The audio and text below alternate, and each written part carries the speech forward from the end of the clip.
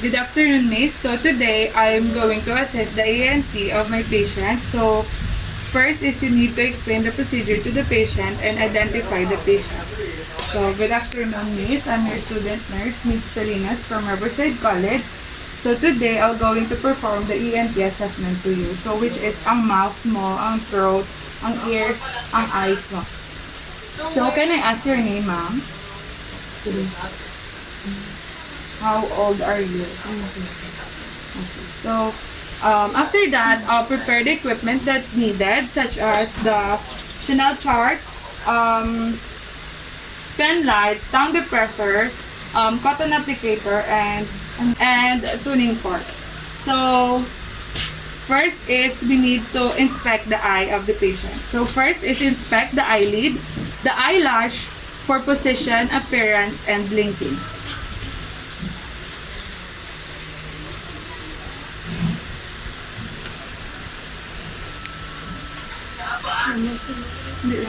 So, normal result is, as I observed, starting from the scalp line, the eyes are in normal position, about one eye width apart from each other. And each upper eyelid cover the top quarter of the iris, so the eyes look alike. There is no redness, edema, inflammation, or nor lesions on the lids. And eyelids of patient isn't dropping. And as I observed, while the patient is in resting blink, I estimated it for about 15 blinks, which is normal. 8 to 21 blinks is normal. Next is observe the position and alignment of the eyeball in the eye socket. So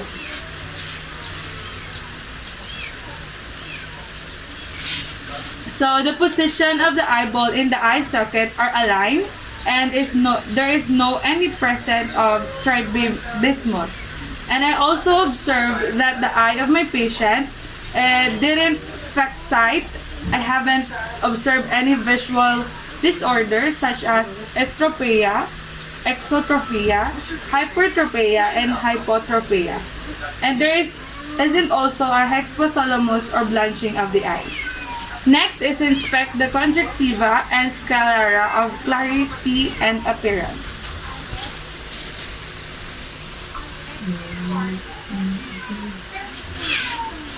Check for the buccal conjunctiva, so ask the patient to tilt a little and look up. Gently pull the eyelids down with the use of 2 thumbs and ask the client to look up.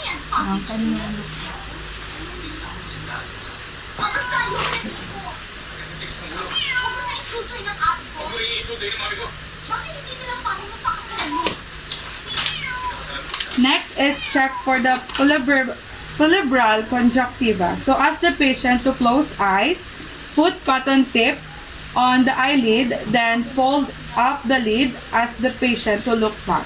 So, can you close your eyes?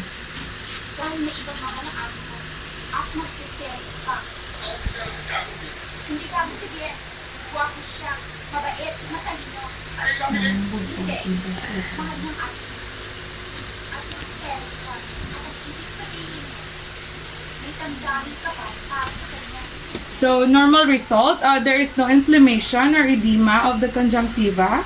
There is also no presence of scleritis, exspicleritis, or ecteric, and there isn't yellowish or redness of the sclera. So, next is inspect the cornea for appearance.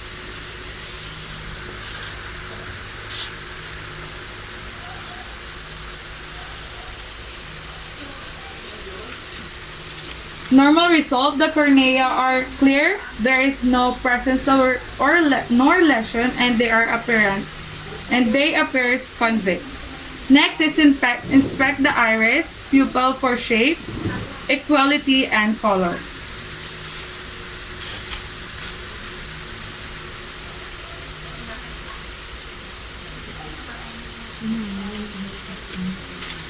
So, normal check. So as I observed to my patient, the iris of the patient appears flat, and they are also both the same in size, color, and shape. And each pupils are equal in size, and they are round, and about 1/4 of the size of the iris is normal room light. So next is inspect the lens flow for clarity.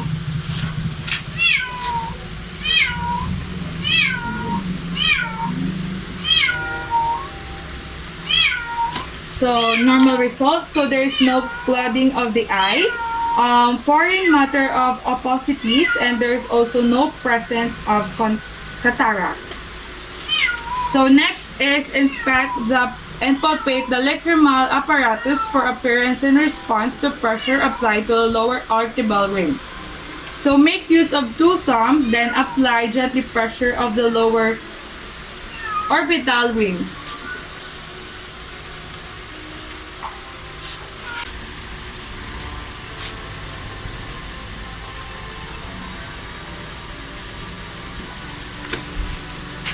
So as for my patient, didn't feel any pain as I palpate her lower orbital ring. So no tenderness during the palpation, no regulation from the nosoterminal duct. So next is check distance vision with Snellen chart 20 feet from the client. So I will inform my client, will check for the visual acuity. Next is let the patient stand 20 feet away from the chart. So ako na lang palit 20. So I'm going to use the Snellen chart. And cover one eye of the patient using the oculander first to cover it, left eye, then the right eye. So ask the patient to read from the largest font size letter going to the smallest. And after that, covering the 2 eyes, let the patient read with her 2 eyes. If the patient cannot read more than half of the letters, then the visual acuity is the one on top. But if the patient can read more than half of letters, then the visual acuity is the line where the patient is reading. So, can you cover your left eye? Left eye.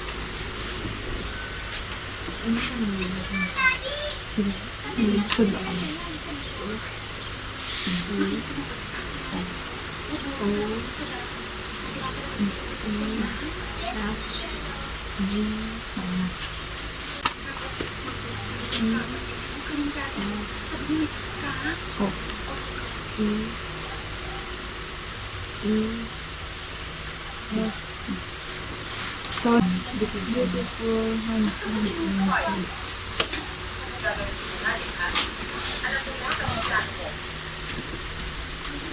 So as for my patient, the normal vision is 20/20, and the larger the denominator, the poorer the patient's vision. So I also didn't observe any visual or reading difficulties such as frowning, leaning forward, or squinting. So next is check the near vision with newspaper approximate 14 inches. So I already done checking it. So the patient read the sentence correctly, and I didn't observe any visual or reading difficulties such as frowning, leaning forward, or squinting. So next is check peripheral vision. So the position should be either sitting or standing 2 to 3 feet away from the patient, and I should be the eye level of the patient. So explain that you will be testing the peripheral vision. So alternately cover one eye and ask the client to look directly into your open eye. Put the pin light in equal distance and tell the client if I turn it on, say on, and it turn it off, say off. And check the other eye. Kumpilan. So I will go into check your peripheral vision. 3, 2, 1.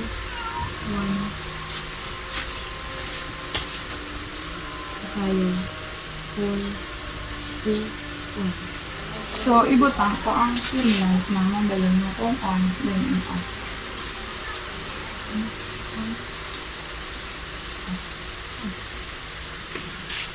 As for my patient, the patient can see about as well as anyone else does in the center and around the edges of the visual field. So next is check for accommodation. So inform that you will be testing the muscle of the eye. Ask the client to shift the gaze. Ask the client to look at an object from the client. Hold the pen light.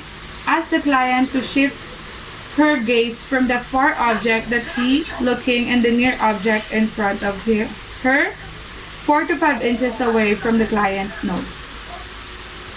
Now, mas malo pa lang sunod mo.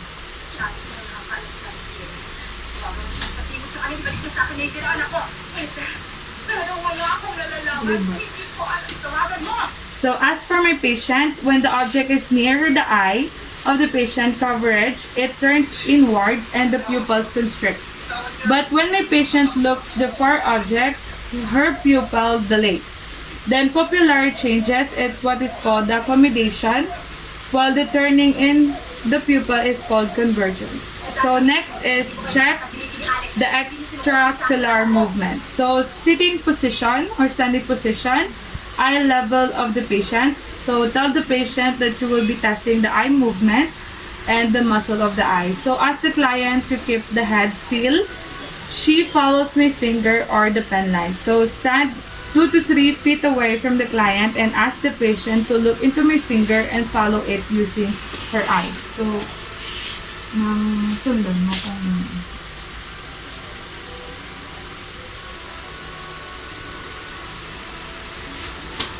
So, as for my client, there is no nystagmus, which is rapid fluttering of the eyeball occurrence during the assessment, which means that there is no weakness in the extraocular muscles, especially in cranial nerve. Number 3, and I didn't observe any abnormal findings, just like nystagmus, involuntary emetic cancellation of the eyeball or amplopia. Next is check the corneal light reflex. So sitting and eye level, tell that you will examine the cornea of the eye.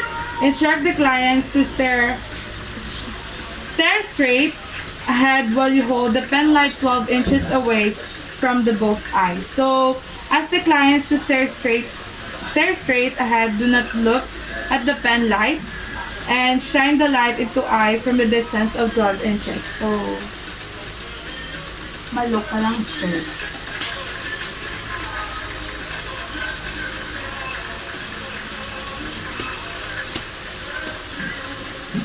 So as for my patient, the reflection of the light appears on the same spot on the both cornea and disappear as it twinkled in the eye, and the reflection of the light is symmetrical.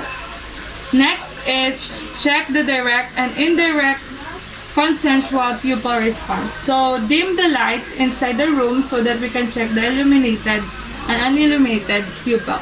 Ask the client to put one hand between the two eyes. Instruct the patient to stare straight, and I will illuminate the right pupil by shining it using pen light at the side of the eye, then observe.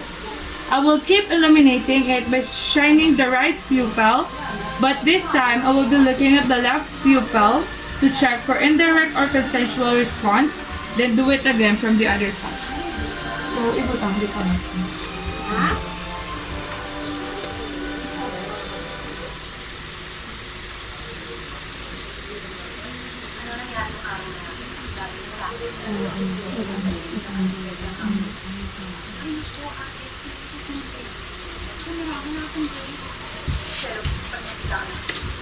So as for my patient, on the right side, the direct pupil constrict and respond to light, while in the left side of the eye, the indirect pupil also constrict, but it is lower than the direct pupil, which means that the direct pupil constricts faster than indirect pupil. So next is check for the abnormal eye movement using cover and uncover test.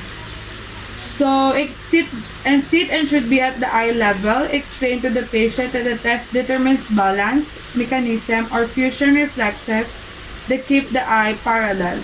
Instruct the client to stare straight and uncover each eye and check the newly uncovered eye. Nang tabod ang right eye mo. Facing straight.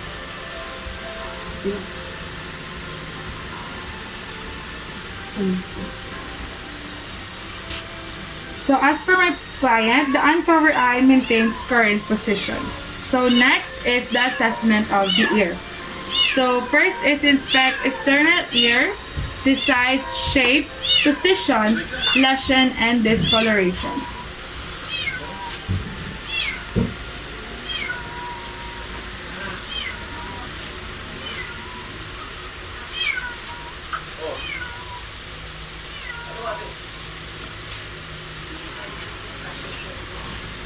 As for my client result, the top of her ear is lined up in the outer corner of the eye, and the ears look symmetrical with an angle to attachment not more than 10 degrees. So next is palpate external ear.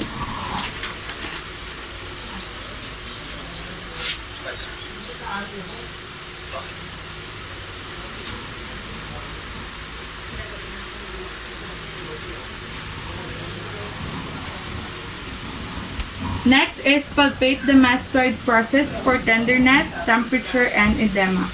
So ask your client if she feels any pain.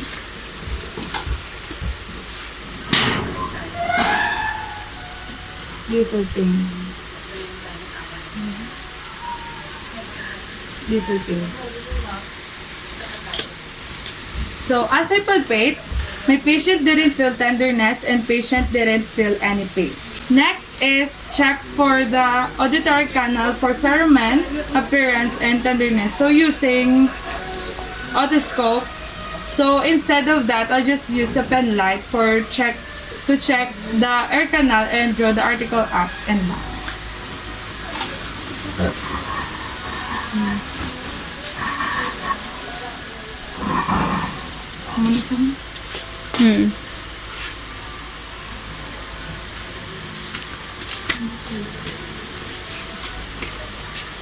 So I didn't observe any discharges, redness, odor, or even presence of nodules of cyst. The patient has very amount of hair and cerumen in the ear canal. If the patient has cerumen, it doesn't really indicate poor hygiene. So next is inspect tympanic membrane for color, consistency, and landmark. So pull helix forward, draw auricle up and back.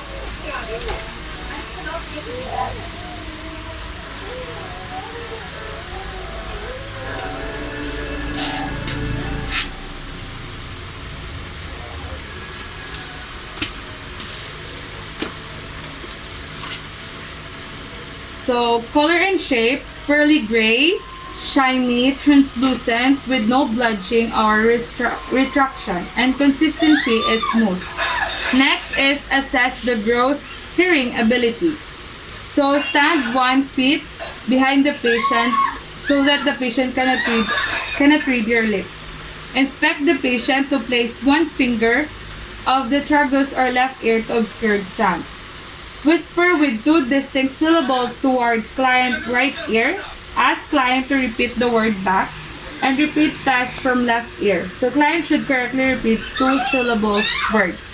Na kabunan na ang exam na Monday. Monday. System.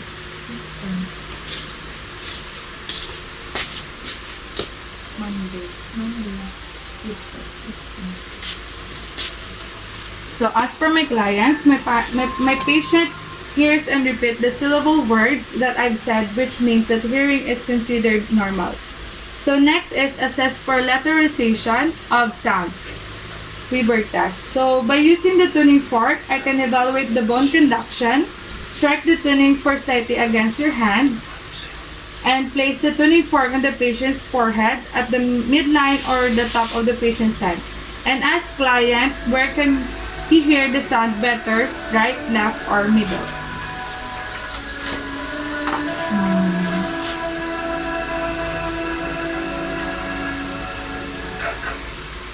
Diin mo na pati sa middle, sa right, sa left.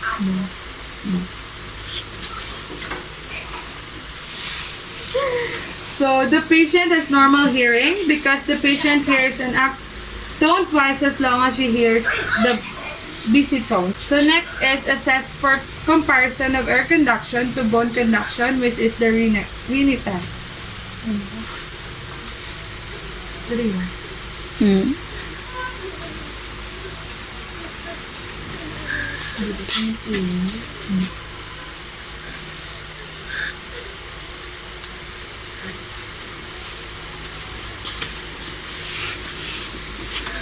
Next is perform the Rumberg test.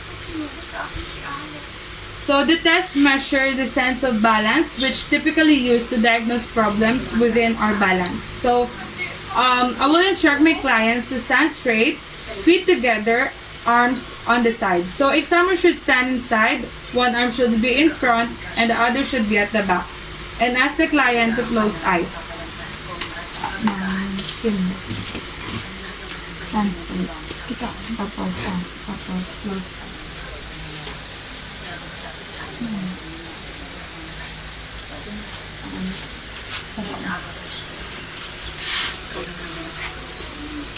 So my patient doesn't have any problem in his balance because there is no gross weighing and the patient didn't fall during the assessment. So next is we will going to assess the mouth, throat, nose, and cyanosis. So first is inspect an open close mouth for symmetric and alignment. So ask the client to open and close his mouth 3 to 5 times and check for the symmetry and the alignment. So can you open and then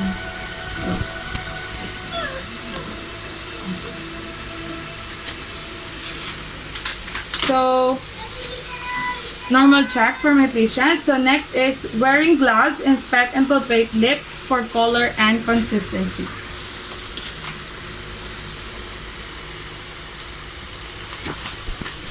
So as for my clients, there are no lesions or blisters on the lips that is caused by herpes virus, and there is no lesions are also known as fiber blisters or cold sores, which is evaluated by cancer, and there is no discoloration of the lips that is caused or indicate the hypoxia.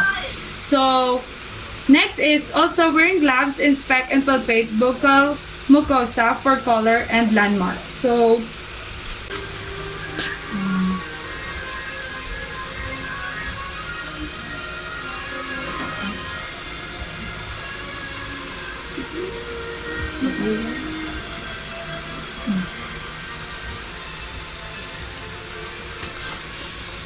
So, as for my client, normal tissues of buccal mucosa appear moist and pink, dark pink. They are also soft and palpable on palpation with no discernible induration. Next is wearing gloves.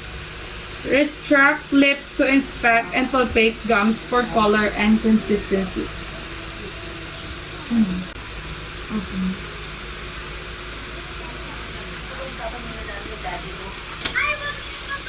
So, as for my patient, the lips are normally symmetric, pink, smooth and moist. The gums look pink and firm, not red and swollen. So, next is wearing gloves. Inspect and palpate teeth for number, position, condition, and color. So, ask the patient to clench the teeth, then smile, and then let the patient open her mouth. Then I will observe for occlusion and note for appearance of denture. So, i-clench yung mouth. And open your mouth. So, the teeth is white with smooth edges and free of debris, and my patient has 16 upper teeth and 16 lower teeth, which is normal of 32 permanent teeth. Next is inspect the protruded tongue or symmetric in texture, movement, and color. So I will instruct the client to protrude the tongue, ask the client to move it in left, then to the right.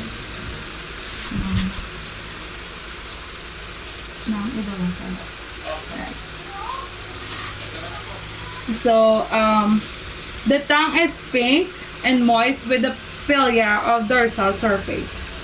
So next is inspect the ventral surface of the tongue and mouth floor for color and landmark.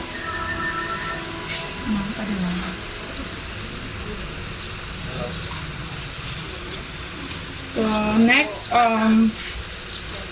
inspect and palpate side of the tongue for color and lesions.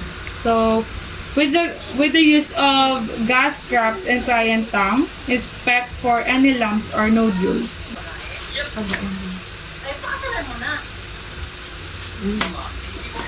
So the tissues is smooth, and when I palpate the tongue, I didn't observe any lumps or nodules. So next is inspect hard and soft palpate for color and consistency. So I will instruct my patient to open her mouth. Hard palpate is supported by bones while soft palpate is not.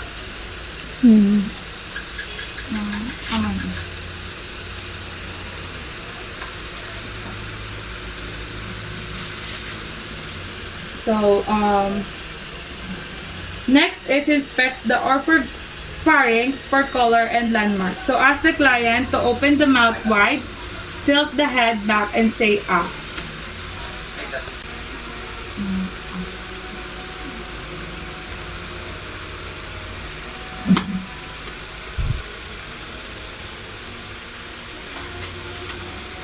So normal check, the tonsils, uvula, and posterior pharynx are pink and without inflammation, swelling, or lesions. So when I inspect the throat, I didn't observe any mouth odors. So next is observe external nose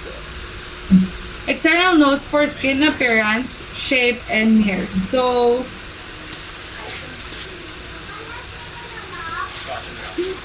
normal check, the nose is straight, the ears are equal in size, the skin is intact, and there is no drainage.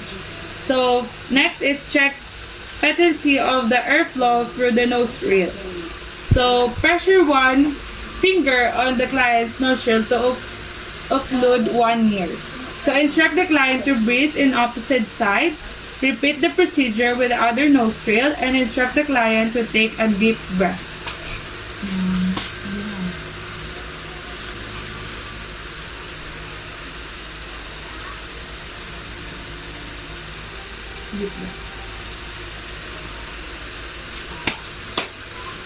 Normal check. So my patient will be able to exhale through the occluded nares. Nasal obstruction is present and the patient is unable to exhale through the nares. So next is inspect the internal nose for appearance, landmarks, turbinates, septum. So with the use of the pen light, instruct the client to tilt the head back.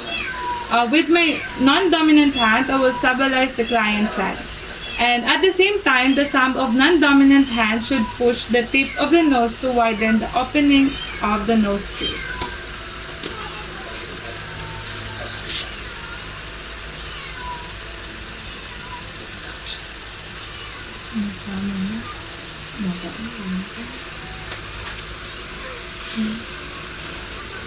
So normally the patient will be able to the mucosa is dark pink and smooth without swelling. Discharge bleeding of foreign bodies. The septum in the midline is straight and intact.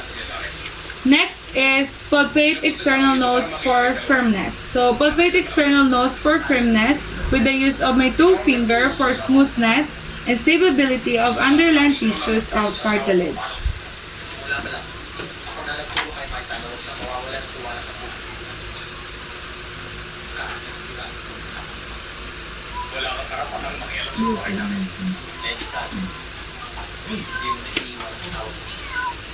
Next is palpate the sinus, both frontal and maxillary for tenderness. So all you have to do is to push in and push out under the brows. Observe discomfort, ask if the client feels pain over the cheekbones. Push in and push out, ask the patient if she feels pain.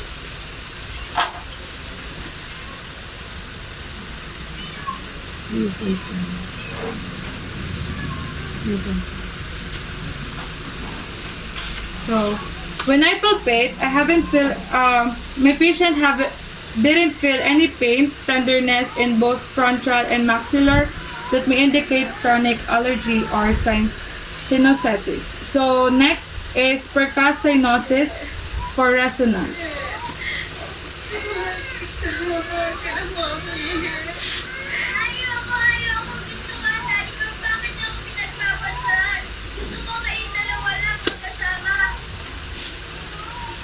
So my patient doesn't feel any pain when during the percussion, which means she is free from cyanosis. So now that I'm done assessing the eye, ear, nose, and tongue of my patient, I will let my patient feel comfortable position and do after the care equipment, and lastly wash my hands.